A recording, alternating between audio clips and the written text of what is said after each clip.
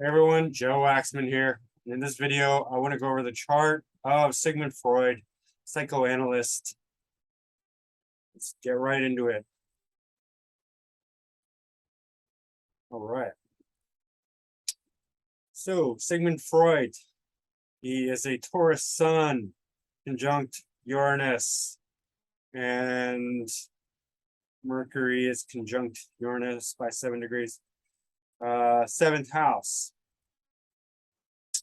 So seventh house obviously is going to deal with relationships. In this case, it's not really about romantic relationships, although the idea of partnership does play heavily into his theories, his philosophy on psychology and whatnot. But this is about counseling. A lot of times you'll see seventh house planets with people who are counselors, who are interfacing one-on-one with others, right? Yeah, so Sun conjunct Uranus is going to be very brilliant and inventive, very independent-minded, idea man, especially with Mercury and Uranus. This is going to be very impactful for his thinking ability and brilliance and genius and originality. Not that I'm saying that all his philosophies or thoughts were correct. I don't agree with all of them, but that's neither here nor there. So it doesn't mean that he's going to be accurate or right about all of the things, but definitely he's going to have original thinking, a lot of ideas, a lot of original ideas, and it's going to apply to others, in his relationships, in his counseling, one-on-one. Right? He has a Scorpio ascendant, same as me. And what's really interesting about his chart is that there are similarities to mine, and astrology has a correlation to psychology. They're connected. They're very similar in a lot of ways, because a lot of astrology is psychological and explains, like what Freud is doing is an attempt to explain psychology. Well, so is astrology. Astrology, it's not the only thing it's used for, but a big part of astrology is an attempt to explain psychology. And I think it does a better job than Freud's, but that's just my opinion. Yeah, so he has a Gemini moon, 14 degrees, basically where my sun is, in the 8th house.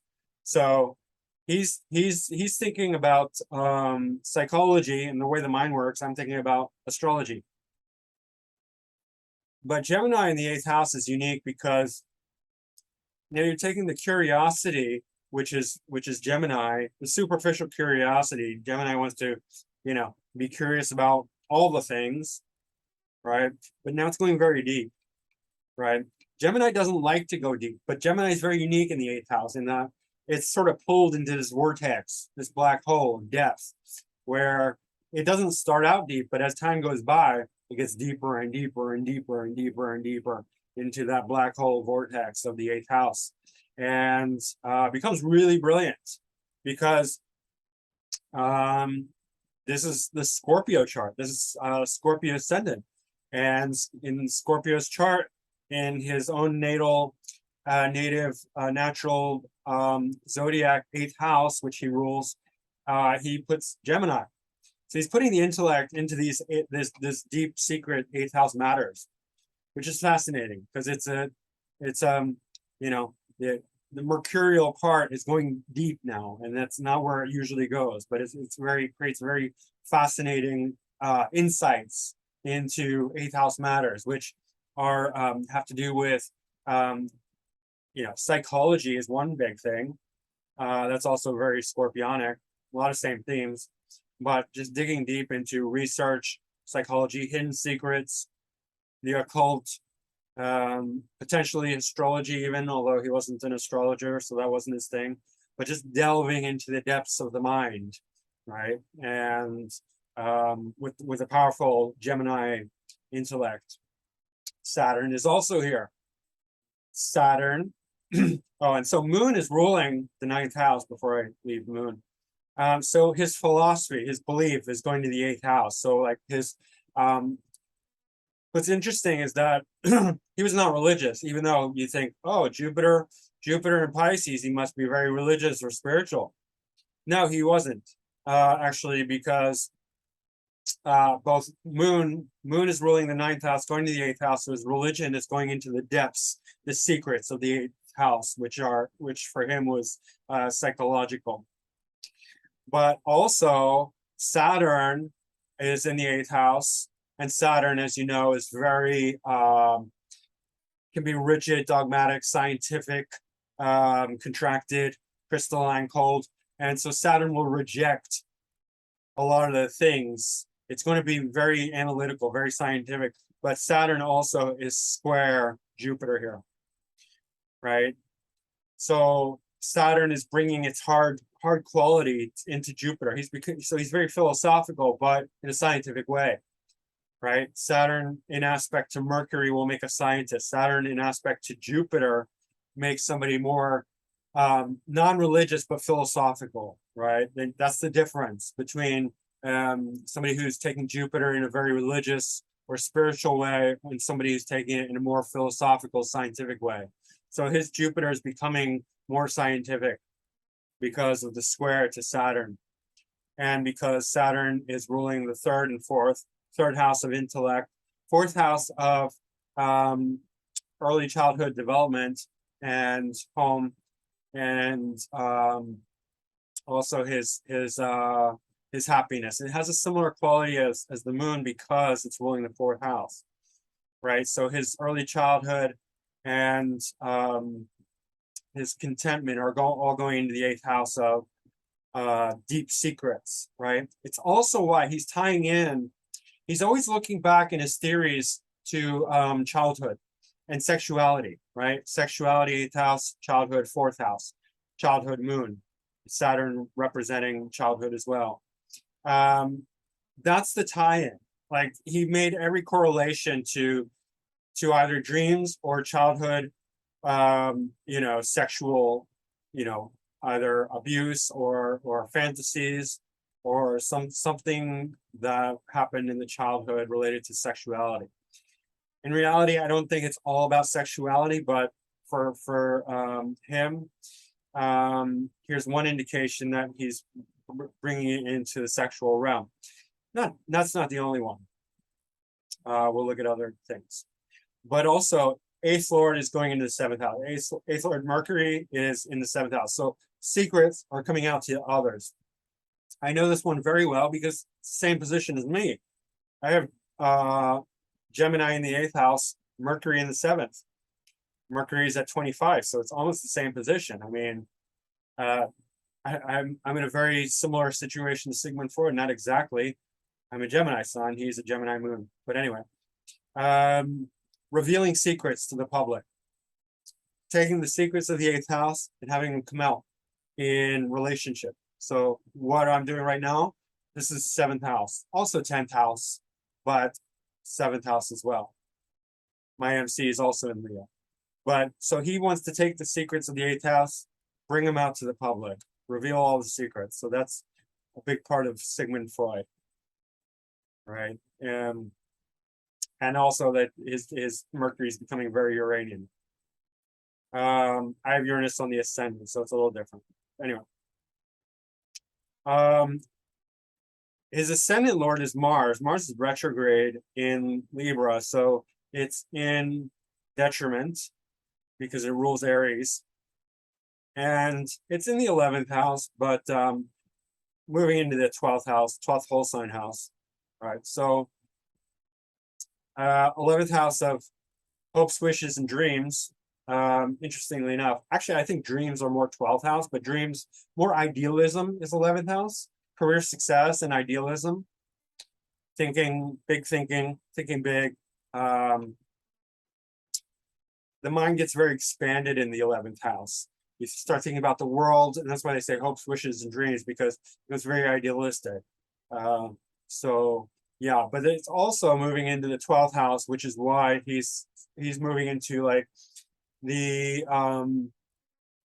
subconscious. and I think he called it the unconscious, but he was one of the first people to come up with this concept of the the hidden realms of the mind. And you can see that he has fourth lord in the eighth house, ninth in the eighth, third in the eighth, and first in the 12th, or 11th, 12th, depending on how you look at it. So he's diving into the subconscious, right? The hidden realms of in a scientific way, because of Saturn here, Saturn square Jupiter. So he's becoming very scientific about the hidden realms. So he's analyzing dreams, and the subconscious, the quality of the subconscious. And he came up with this idea of repression, and that we repress experiences, traumatic experiences, and hide them in the subconscious. And that is very accurate. That's one of the things that he was really, really on the ball about. I don't think anyone would have too much of a problem with, agreeing with that. Right. So yeah. And the retrograde, I mean, Scorpio is a very sexually oriented sign, because it deals with the war over the lower desires, right? Sex, power, control, resources, other people's resources, control over others. I mean, that's Scorpio's real base desire, right? But the challenge is to transform that, to evolve that into something higher and greater. So Mars, especially as it relates to Scorpio, is very sexual. Mars is sexual anyway, right? But with the Scorpio ascendant, it's really taking on a very sexual quality, especially when it's in a water house, 12th whole sign house, and now it's retrograde. So sexuality is becoming like, it's going against the grain. And that's part of the reason why he was so into this like weird sexuality. He talked about Oedipus complex, where you hate your father and want to have sex with your mother. He thought all neurosis was related to child sex abuse, or somehow connected to the desire to masturbate, like all vices were sort of rooted back into that desire to masturbate. In other words, the retrograde of Mars was, being his ascendant lord, was having him think in very unconventional ways about sexuality, taboo ways, incest, childhood sexuality. And he constantly referred back to sexuality as a root cause of all mental illness, which I don't think is accurate. I mean, there could be many causes. That is one of them, but it's not all about sex and sexuality. That's ridiculous. There can be many types of trauma, violence, abuse, sometimes things that we can't even identify. Anyway, but he did have a south node squarely in the 12th house in Libra.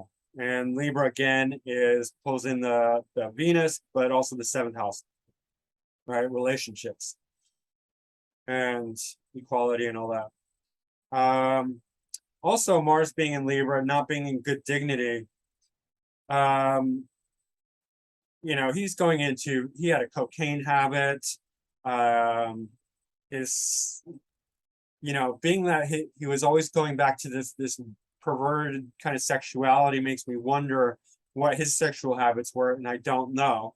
I can't verify that because it didn't, in the Wikipedia, which I always check, it didn't say anything about it. But it makes me wonder, like, he might have had some weird sexuality going on because of undignified Mars in the 12th house. 12th house is, 12th whole sign house anyway, of hidden sexuality. 12th and the 8th can both relate to, sexual things, practices. Anyway, yeah, he could have had weird sexual habits. South node in Libra in the 12th house. So very much going into the hidden things, the hidden secrets of the 12th house. Then North Node conjunct Venus and, well, Pluto. So Pluto's a bit away. Pluto's in Taurus in the 6th quadrant, but moving into the 7th. And Pluto would be the planet of psychology, of psychoanalysis. Well, Pluto in the 6th especially, or Pluto in the 7th, dealing with our relationship, but psychology, you know, the most deepest part of the mind, Pluto. That's what it represents. So, but the 6th house for the analysis, for the health, he started out in medicine, in health, and he was studying the brain and neurology. Then he moved into psychology, right? So Mars and Venus are in each other's signs. They're not aspecting each other 26 and 3 degrees, but Venus in Mars' sign in detriment, Mars in Venus' sign in detriment. But they're trading places. Mutual is a kind of mutual reception by sign, not by degree. But 6th and 12th house, you know, so an analysis of dreams, health, and the subconscious, you know, psychoanalysis. So the analysis comes from here, the psychology or hidden things is coming from here, and the 8th house both, right? So you can see where he's getting that, like he's getting the health part from here, and then the hidden psychology from the 8th house, or the 12th house and the 8th house both, right? So that's very relevant. Plus South Node is in Venus's sign already, so if the South, in his early life, the South Node's activated, and that's activating Libra, which is activating Venus, which is activating the 6th house, because it's in the 6th house. So we're getting a lot of that, 6th, 7th, and 8th, which are all houses of others. And then the 12th house, which is the subconscious, the secret, hidden mind, the dream world, very creative as well. MC ruled by MC in Leo, ruled by the sun, 10th lord in the 7th. Yeah, so, and then Jupiter and Neptune are both in Pisces. These are both the co-rulers, so both in strong dignity in the 5th house. So his philosophy is becoming very imaginative, very big and imaginative. But the square to Saturn, like I said, is bringing him into a scientific realm. It's crystallizing it, right? Because Saturn kind of hardens things. It makes things more scientific, especially Mercury and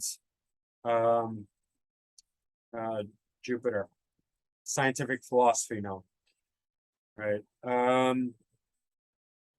5th house has to do with education in general.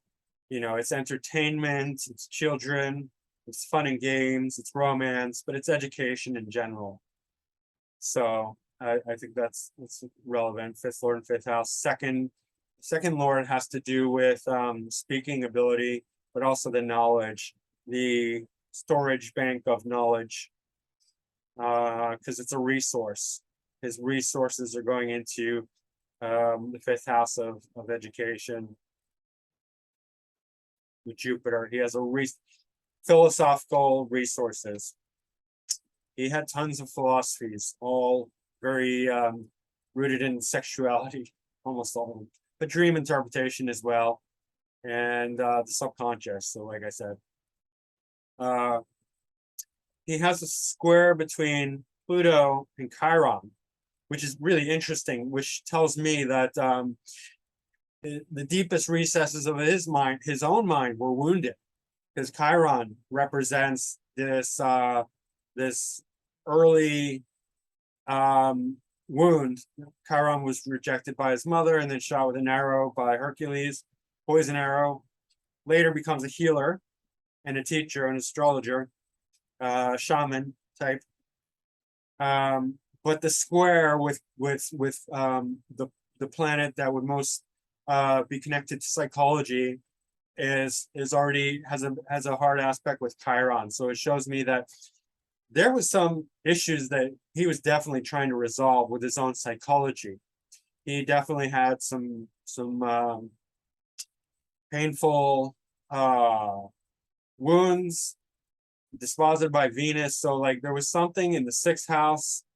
Um, sorry, Venus being in Aries, which is not in good dignity in the sixth house. So his own health, um, that has a mutual reception with the ascendant lord.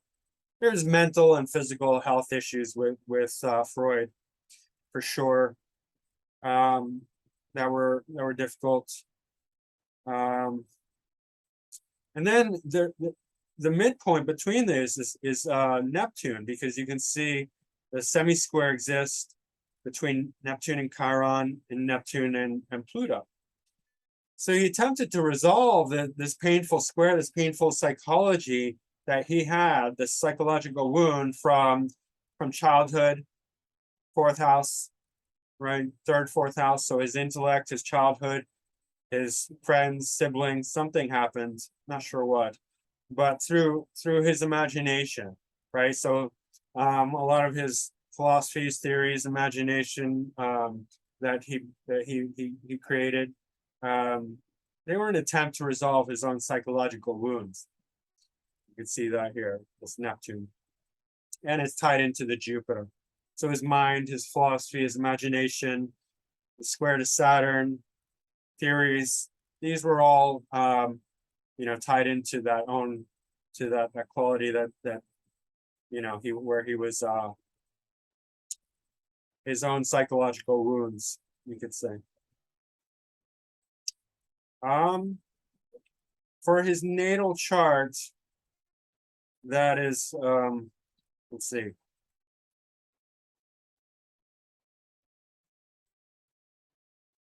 Yeah, I mean, there's just this huge concentration of these planets here, and I think that explains a lot. I don't know if I'm forgetting anything. But if we look at this draconic chart, it explains a few more things. Neptune and Jupiter in the fourth. Jupiter is still in Pisces, and it's still square Saturn. But so this showing like, even though he was atheistic, his faith, his belief system, his philosophy was still quite connected, especially into the subconscious realm, because Jupiter here, even though it's becoming more materialistic with the square to Saturn, it's still connected into the hidden realms. Neptune less so, but this Jupiter is has a lot of dignity in both. Here it's tied into his childhood. Shows that he his early childhood was, I mean, there was probably some wounds about it, but it was something that was quite good, because Jupiter here, I think he was, it helped him out, gave him a lot of foundational strength, I think. Venus is not very good in either of these, but it's an Aries in both. So his relationships and his habits and his likes and his wants, he had a cocaine habit. He smoked cigars his whole life, and eventually he died of cancer. So that's all the sixth house action, which also served for his analysis, his analytical function, and that is concerned with health overall, right? Because it's sixth house and eighth house, primarily, that he was concerned with health and psychology, hidden secret things. But and then Venus, being in detriment here, gave him poor health, and poor habits, right? Venus is conjunct Uranus here, so his habits are very extreme. Venus represents our joys, the things we enjoy in life. So like cocaine and cigars for Sigmund Freud. I mean, I don't know why it's hilarious, but I guess because cocaine is sort of like you know, you don't expect somebody who's like a dignified well, I guess behind closed doors, but back then it wasn't, the dangers of cocaine weren't really known. And so he was like openly, you know, trying to exalt the effects of cocaine, stating how great it was for depression and all this and that. Um, his sun is exalted here in the eighth house in the draconic, and it's conjunct the north node, showing uh, quite a huge personality and potential for fame when the sun is conjunct the north node, and also being exalted in Aries. So in the sixth house, you know, for analytics, for health, for the critical mindset, I think the sixth house is excellent because it's bringing in that natural Virgo association. Like I know, and people who study traditional astrology want to separate the houses from signs, and I do too, and I fully support that. But there is also a connection there. It's connected and it's similar. There's a connection and it's also separate. They are two separate things, but I think we can relate them. So yeah. And then Mercury is right over this Pluto in Taurus. And again, that's super critical and telling because of the way that he was so focused on an intellectual level on the psychological, the psychology of people. That was his life's work. He was a very Plutonic person. Pluto and Jupiter and Saturn.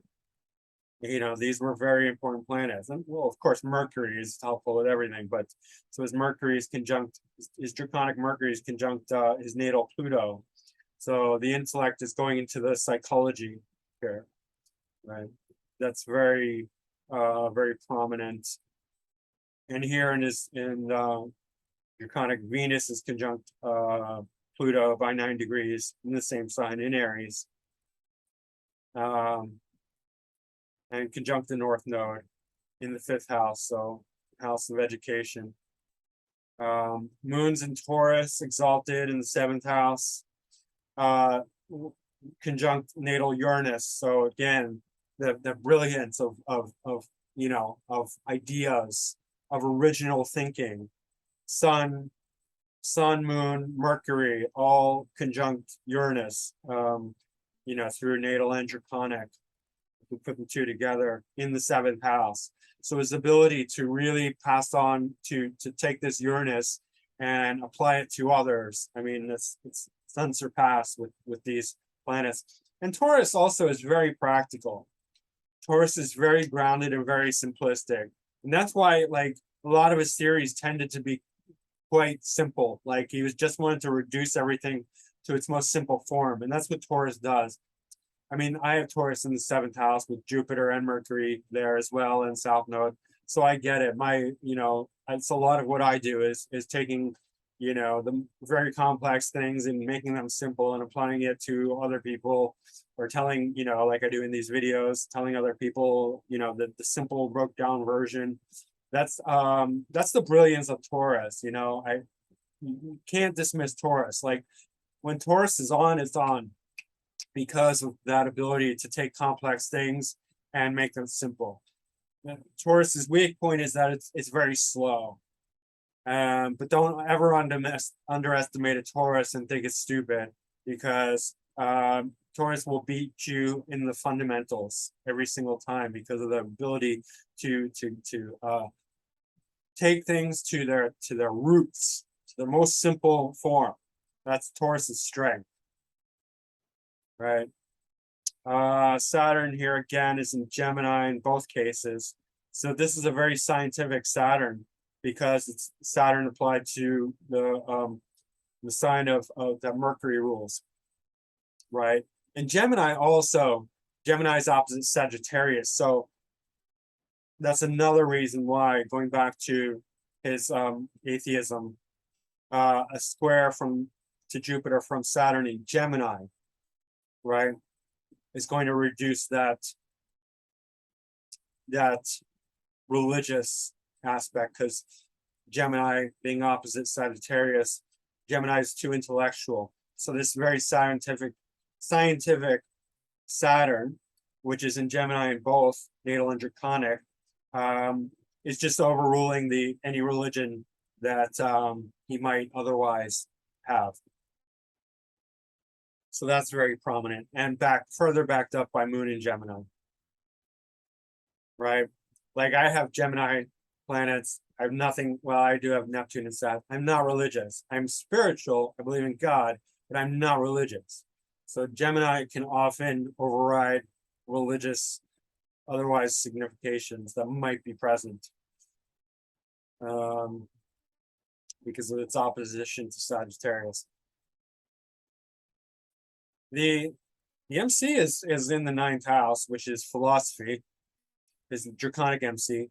So he's making a career, draconic MC in the natal 9th house, career out of philosophy, or well known. His public image is related to his philosophy, non-scientific philosophy. Right? Mars here has more dignity. Mars is in Virgo in the 10th, 11th, but still very high in the sky. So much more prominent in his draconic chart, more dignity. So that's interesting. South Node Mars, Ascendant in Libra. So yeah, just more 12th house influence here. So that's basically it for Sigmund Freud.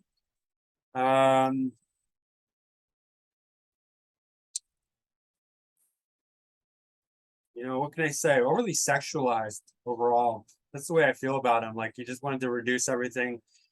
Reduce everything is the Taurus. The sexual stuff comes from the 8th house and the Scorpio and the Mars and Libra and retrograde and the 4th house in the 8th, 4th lord in the 8th, moon in the 8th. So yeah, I mean, not everything is sexual, but for some reason he was obsessed with sexuality. Interesting. Yeah, fascinating stuff. So that is my reading of Sigmund Freud's astrology chart. Hit the like button, share it, subscribe, book a reading with me. Macroastrology.com is my website. My email is macrogoldmachine@yahoo.com. And leave a comment. Don't be afraid to say something, whatever you want. And yeah, that's it for now. And I will see you again soon. Thank you. Bye.